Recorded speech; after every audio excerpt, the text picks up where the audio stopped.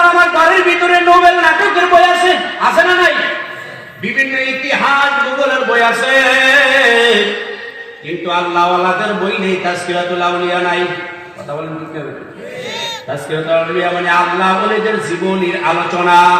একটা বই আছে, বইটা কিনা ঘরের ভিতরে রাখবেন। 101 জন আল্লাহ ওলির জীবনী আছে, সেখানে আছে এত বড় বড় আল্লাহ ওলি, শিবলি, নোমানি, ওসমান, হারুনি সহকারে, বড় বড় জুনায়েদ বাগদাদি রহমতুল্লাহ আলাইহি সহকারে। জুনায়েদ বাগদাদি কে ছিল?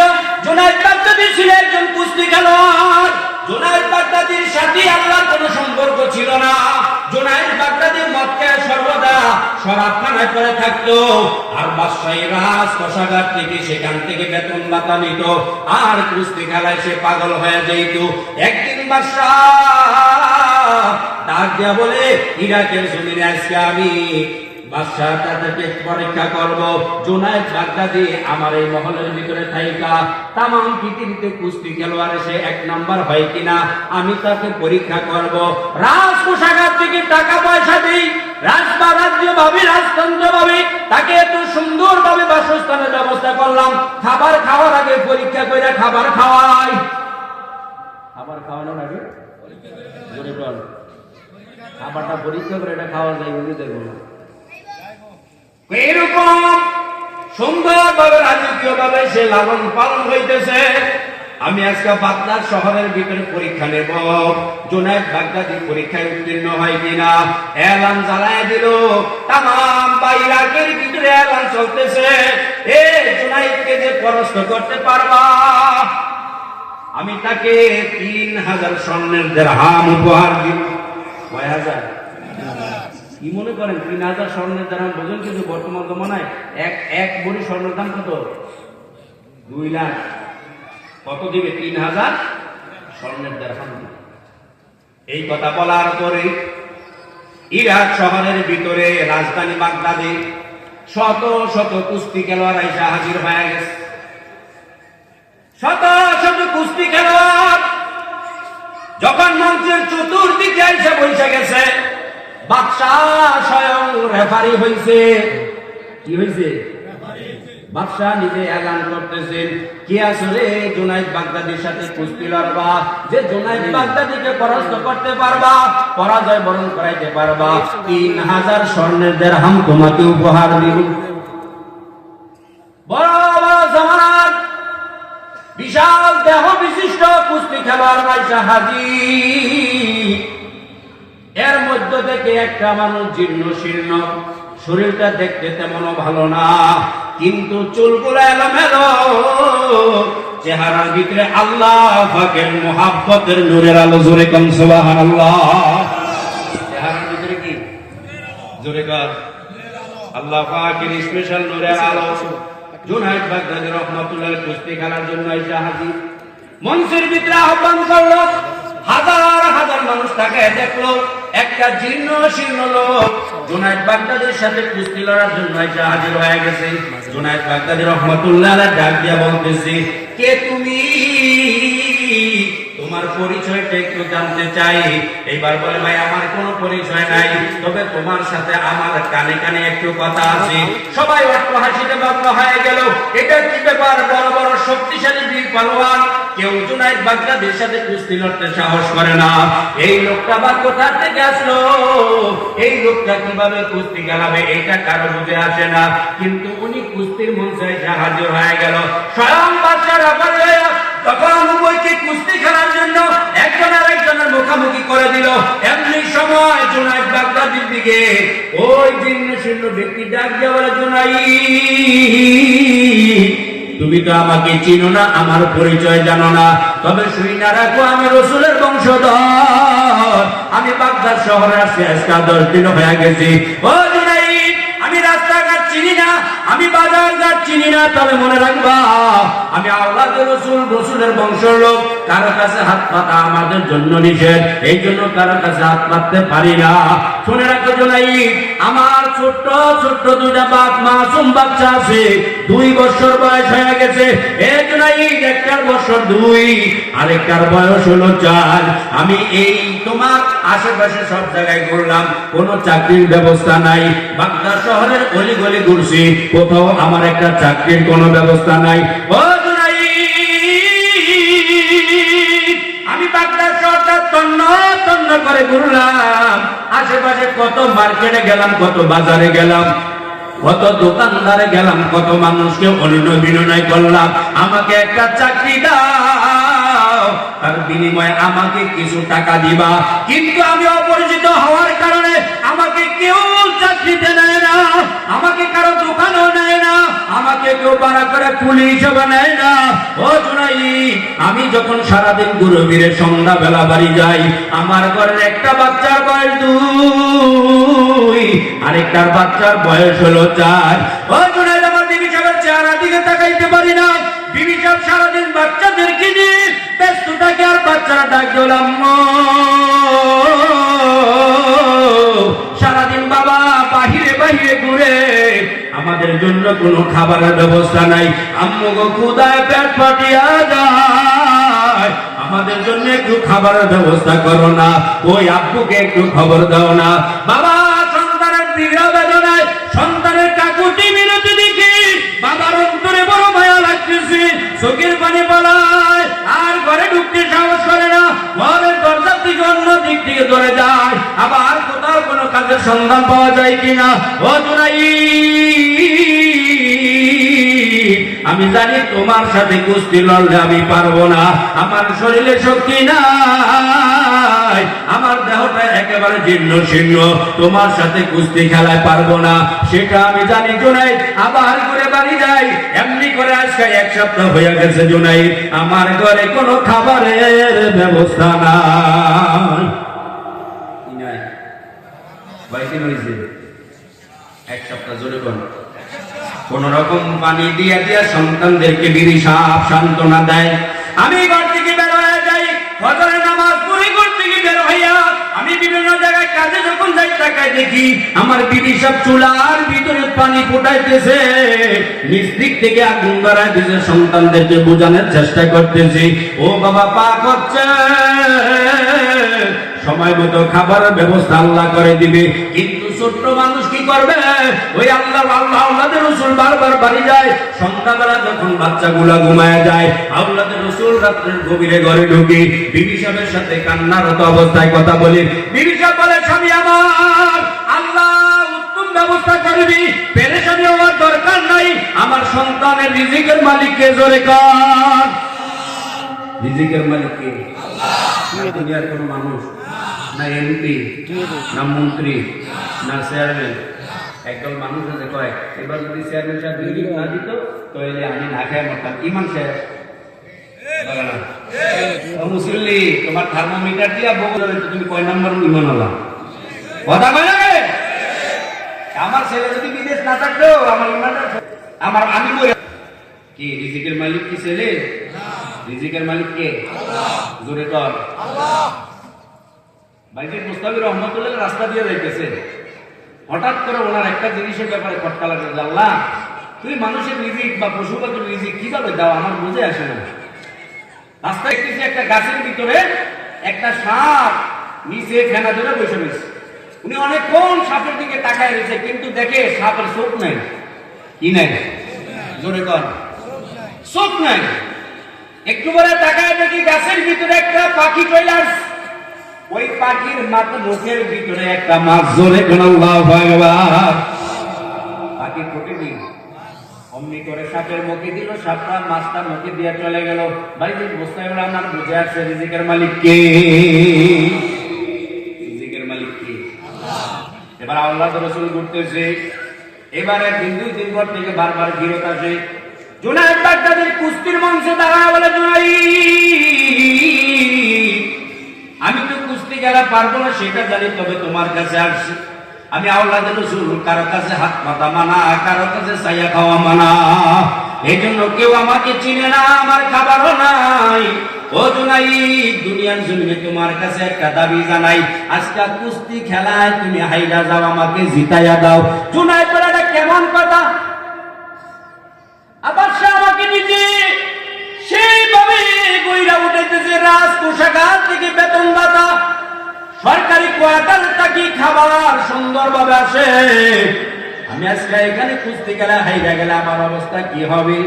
এবার আওলাদের রাসূল জুনাইদ বাগদাদির কানে কানে ডাক দেওয়ালে, জুনাইদ মনে রাখো, দুনিয়ার জমিন আসলে কিছু না, পরকালের জিন্দিগি হইল স্থায়ী, দুনিয়ার জমিনের জিন্দিগি হইল ক্ষণস্থায়ী। কথা ঠিক না বেঠিক?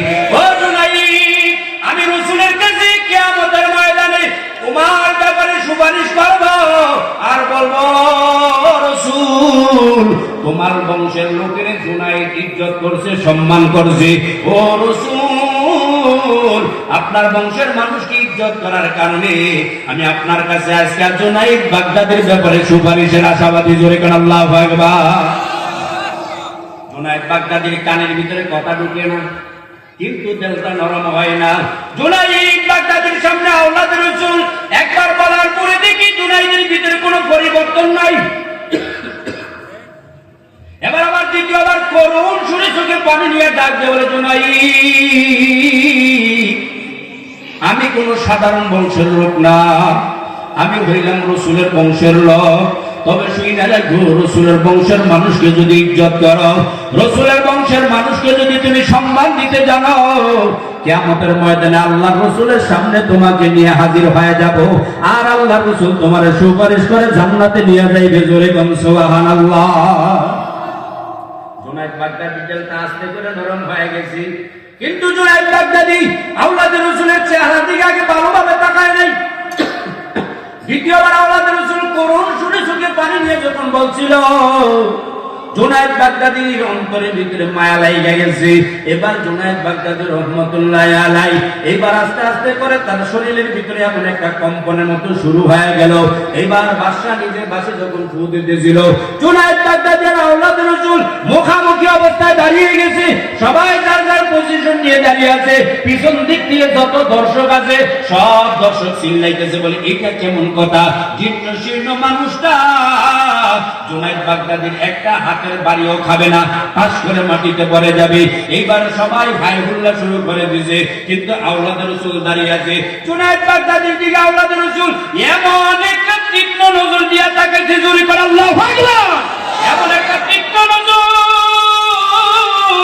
জুনাইদ বাগদাদির দিকে এমন একটা তীক্ষ্ণ নজর তাকানোর সাথে সাথে জুনাইদ বাগদাদির অন্তরের ভিতরে একটু মায়া লেগে গেছে।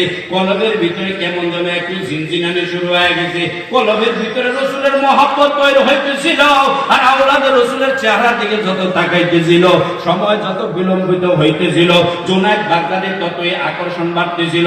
আওলাদের রাসূলের দিকে ভালো করে তাকাইতেছিল, একজন আরেকজনের দিকে এমন নজর দিয়ে তাকাইতেছিল, মনে হয় যেন তারা পূর্বের থেকে পরিচিত। জোরে করে আল্লাহু আকবার। এমন ভাবে তাকাইয়া জুনাইদ বাগদাদিকে আবার তৃতীয়বার কানে কানে ডাক বলে, জুনাইদ,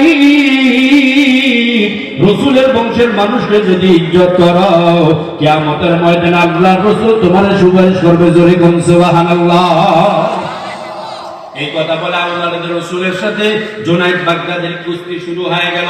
বাদশা যখন বাসে ফু দিল, ফু দেওয়ার সাথে সাথে কুস্তি লড়া শুরু হয়ে গেল। জুনাইদ বাগদাদি যখন আওলাদের রাসূলের গায়ে হাত ধরছে, আওলাদের রাসূল আস্তে করে জুনাইদ বাগদাদির হাতটা যখন ধরছে, জুনাইদ বাগদাদি বলে, দুনিয়ার জমিনে কত কুস্তি লড়ছি, আওলাদের রাসূল আমার শরীরে টাচ করার সাথে সাথে আমার শরীর একেবারে শক্তিহীন হয়ে গেছে। কি হয়ে গেছে? জোরে কর। এমন শক্তিশালী মানুষটা মুহূর্তের ভিতরে শক্তিহীন হয়ে গেছে। এবার আওলাদের রাসূল ধরছে, জুনাইদ বাগদাদি দাঁড়িয়ে আছে, কয় আমার শরীরে কোনো শক্তি নাই, আমি শুধু দাঁড়িয়ে আছি। এরপরে ইচ্ছা করলে আওলাদের রাসূলকে ফলাইতে পারে কাটিতে, কিন্তু বারবার কে যেন ডাকতে পারে, জুনাইদ, রাসূলের বংশের মানুষকে যদি ইজ্জত করো, কিয়ামতের ময়দানে রাসূলের সামনে নিয়ে তোমরা হাজির হয়ে যাব। জোরে কোন আল্লাহু আকবার। এবার জুনায়েদ বাগদাদি ইচ্ছা করলে আওলাদুর রাসূলকে মাটিতে ফেলাইতে পারতেন, কিন্তু না, আওলাদুর রাসূলকে ফেলাইলেন না। আওলাদুর রাসূল জুনায়েদ বাগদাদির কাঁধের উপরে যখন বাম হাতটা রাখলো, জুনায়েদ বাগদাদি আস্তে করে মাটিতে পড়ে গেছে। জোরে কোন আল্লাহু আকবার। কোথায় পড়ছে? মাটিতে পড়ার সাথে সাথে সবাই হই হল্লা শুরু করছে। বাদশার মনটা খারাপ হয়ে গেছে। এবার সবাই ডাকতে বলে, বাদশা আরেকবার কুস্তি লড়াও, এটা আমরা মানি না। আবার কুস্তি দেওয়া হলো। বাদশার মনটা বড় খারাপ। জুনায়েদ বাগদাদির আওলাদুর রাসূল পাশাপাশি দাঁড়ালো। এইবার আওলাদুর রাসূল ডাক দেয়া বলে, মনে হয় জুনায়েদ এবার আমাকে ফালায় দিবে। আবার কানে কানে ডাক দেয়া বলে, জুনায়েদ খবরদার, আমি রাসূলের বংশের মানুষ, আমার ঘরে ছোট্ট ছোট্ট বাচ্চারা অনাহারে আছে, আমি তাদের মুখের দিকে তাকাইলে সহ্য করতে পারি না। ও জুনায়েদ খবরদার, তুমি নিচে মাটিতে পড়ে যাও, তুমি পরাজয় বরণ করে আমাকে জিতাই দিও, আল্লাহর রাসূলের বংশের ইজ্জতটা রক্ষা করিও। এই কথা বলে জুনায়েদকে আবার দ্বিতীয়বার পরাস্ত করছে। জোরে কোন আল্লাহু আকবার। এইবার সবাই চিল্লাচিল্লি শুরু করলো। বাদশা নিজে বিরক্ত হয়ে বলে, কুস্তি খেলা হবে না। এবার জনগণ আবার চাপাচাপি শুরু করছে। বাদশা মহারাজ আরেকবার তাকে শেষবারের মতো সময় দেওয়া হোক, দেখে এবার জুনায়েদ ইচ্ছা করে কি দুইবার এই কাম করলো কিনা। না, জুনায়েদ ইচ্ছা করে করতে পারে, আরেকবার সুযোগ দেওয়া হোক। 3 নাম্বার যখন সুযোগ দেওয়া হইল, এবার জুনায়েদ বাগদাদির সাথে যখন আবার কুস্তি খেলা শুরু হয়ে গেল, জুনায়েদ বাগদাদি তৃতীয়বার পরাস্ত হয়ে গেছে। জোরে কোন আল্লাহু আকবার। আওলাদুর রাসূল বিজয়ী হয়ে গেল। 3000 স্বর্ণের দাম কে পাইল? জোরে কোন, আর জোরে বলেন না। আপনার আমার পক্ষে কি সম্ভব? জোরে কয় না। 3000 স্বর্ণের দ্বারা হোক, হাজার হাজার কোটি টাকার সম্পদ। আওলাদুর রাসূল খুশি হইয়া তার পুরস্কার নিয়ে যখন রওনা দিছে, এইবার বাদশা জুনায়েদ বাগদাদিকে ডাক দিয়ে বলে, জুনায়েদ রে, এতদিন পর্যন্ত সরকারি ব্যবস্থাপনায় ছিলা, আজকাল থেকে সরকারি ব্যবস্থাপনা তোমার জন্য চিরতরে বন্ধ। তুমি রাজপ্রাসাদ থেকে বের হয়ে যাও, সরকারি পোশাকগুলো গায়ে থেকে খুলিয়া গেল। আল্লাহু আকবার। সরকারি পোশাকগুলো গায়ে থেকে খুলিয়া গেল। জুনায়েদ বাগদাদি ইচ্ছা না থাকলেও বাদশার ফরমান যখন হয়ে গেছে, জুনায়েদ বাগদাদি সরকারি পোশাকগুলো খুলে ফেলছে। এইবার জীর্ণ সাধারণ একটা পোশাক পরে এবার বাদশা ডাক দিয়ে বলে, আজকের থেকে আর আমার রাজমহলে তোমার জন্য জায়গা নাই, তুমি বের হয়ে যাও, যেখানে মনে চায় সেখানে যাও। সরকারি বেতন ভাতা সব বন্ধ হয়ে গেল। এতদিন পর্যন্ত জুনায়েদ বাগদাদি ভালো ভালো খাবার খেয়েছে। পরীক্ষিত খাবার খাওয়ার পরে জুনায়েদ বাগদাদি রহমাতুল্লাহি আলাইহি এখন মনটা বড় খারাপ, মনটা বড় পেরেশান। কথা ঠিক না? আমাদের দেশে দেন না, এমপি মন্ত্রীদের যখন বহিষ্কার করে, এখন দেখেন অনেকের নমিশন দেয় নাই, কিন্তু ফাইনালও না, নমিশন না দেওয়ার কারণে কত কিছু করতেছে। কথা ঠিক না? আরে কথা কয় না। জুনায়েদ বাগদাদিকে বাদশা বের করে দিস, রাস্তাঘাট সব অপরিচিত, কোথায় যাবে জুনায়েদ? আরে সারাদিন হয়ে গেল, জুনায়েদের চোখের ভিতরে পানি, বড় পেরেশান মন নিয়ে রওনা করছে। সামনে যত যায় দুনিয়াটা তার কাছে অন্ধকার হয়ে যায়, রাস্তাঘাট চিনে না, এমন একটা অবস্থা হয়ে গেছে। এশার নামাজ পড়া মসজিদে ঘুমাবে, কিন্তু না, মসজিদের খাদেম সাহেব তো জুনায়েদ বাগদাদিকে চিনে না। এবার খাদেম সাহেব বলে, তাড়াতাড়ি বের হয়ে যান, মসজিদ তালা লাগাবো, মসজিদের সামানা চুরি হবে। এবার জুনায়েদ বাগদাদি বলে, আমি কোথায় যাব? আমি তো রাস্তাঘাট কিছু চিনি না। বলে, বের হয়ে যান। এখান থেকে বের করে দিছে, কোথায় যাবে? রাত্র গভীর হয়ে গেছে, ঠান্ডা শরীরটা বরফ হয়ে যায়। জুনায়েদ বাগদাদি ঠান্ডা শরীর নিয়ে একটা গাছতলায় বসার সাথে সাথে অচেতন অবস্থায় ঘুম এসে গেছে। ঘুমের ঘরে স্বপ্ন দেখে দো জাহানের বাদশাহ, কামলেওয়ালা, উম্মতের কান্ডারি, রহমতের নবী মদিনায় শুয়ে রইছে। রহমাতাল লিল আলামিন জুনায়েদ বাগদাদির শুয়ে রইছে, হাজির হয়ে গেছে। আল্লাহু আকবার। জুনায়েদ বাগদাদির সামনে হাজির, ডাক বলে, জুনায়েদ, তোমার মনটা কেন খারাপ রে জুনায়েদ? আমি রাসূল বরদাস্ত করতে পারি না, চলে আসছি জুনায়েদ। আমি ঘোষণা করলাম আজকের থেকে কিয়ামত পর্যন্ত আল্লাহ সমস্ত মানুষের কে তোমাকে ওলি হিসাবে জানবে। আল্লাহ পাকের নবী সাল্লাল্লাহু আলাইহি ওয়াসাল্লাম জোরে বলেন না সুবহানাল্লাহ।